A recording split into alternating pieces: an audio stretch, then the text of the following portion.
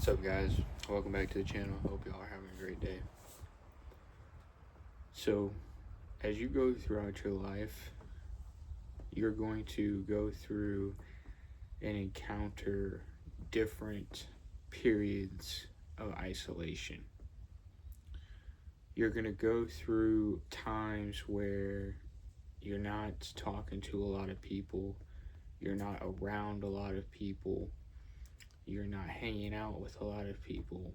You're spending most of your time alone, working, learning, grinding, getting your life to the next level, getting your mentality elevated, getting your finances together, getting your fitness and health together, whatever it may be. There are going to always be periodic times throughout your life where you go through periods of isolation. Some of them will be longer than others. But when you're in those periods, do not be discouraged.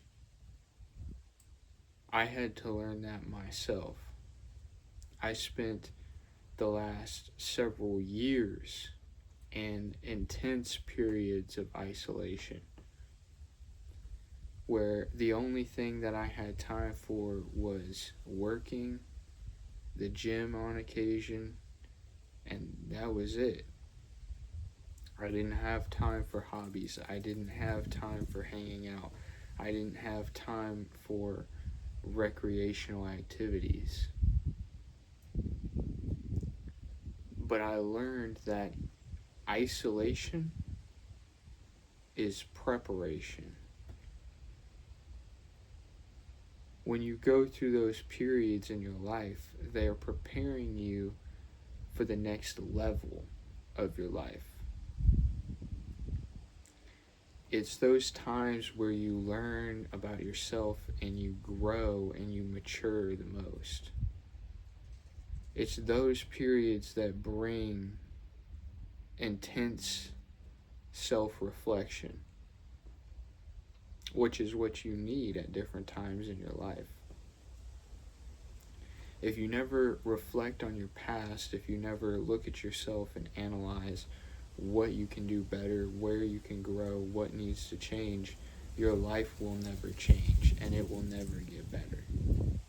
You will remain stagnant and stuck exactly where you are as you age. And at some point, 10, 20, 30 years down the road, you're going to look back and you're going to be bitter and angry because you're in the exact same place, doing the exact same things, living the exact same way as you always have been. Embrace the periods of isolation.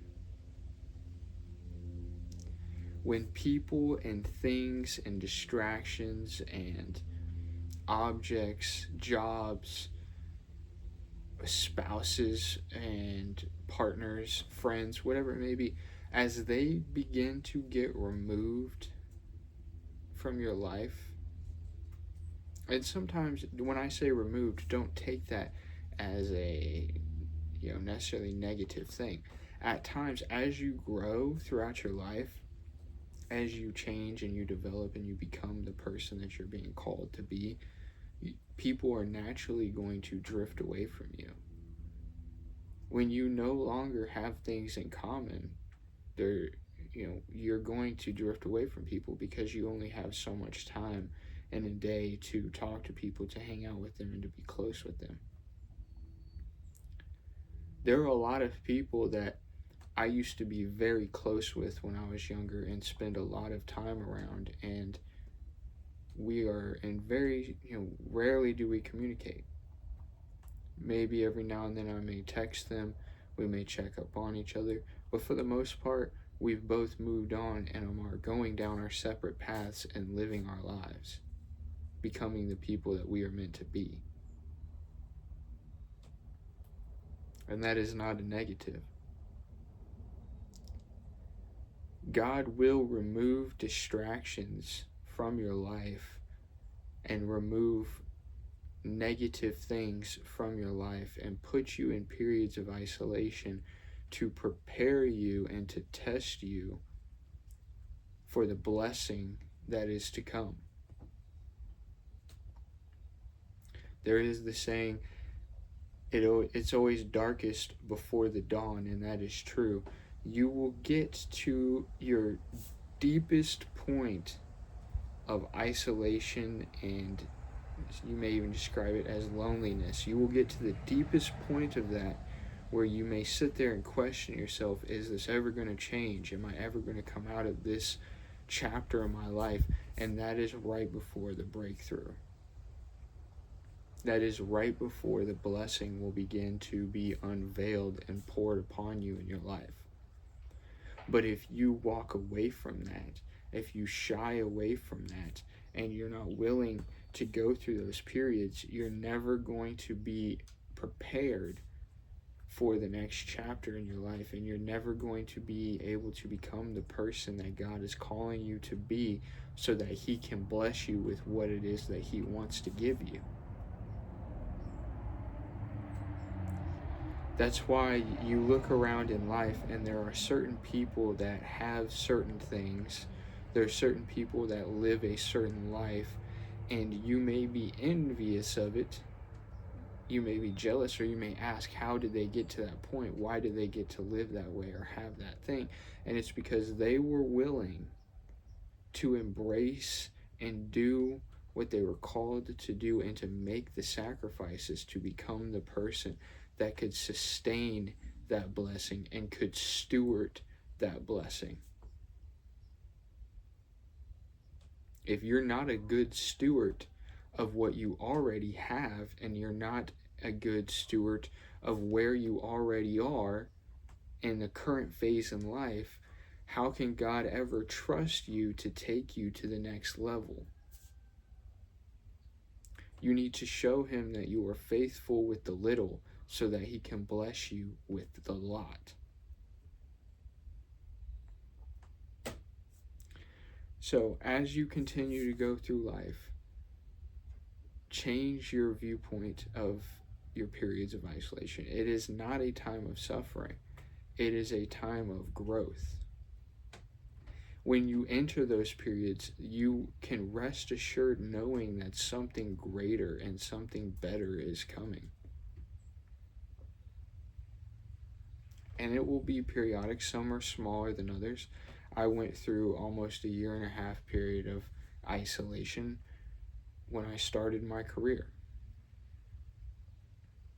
I had to earn my place within my industry, and that required nearly a 1.5 years of 60-hour weeks, most weeks.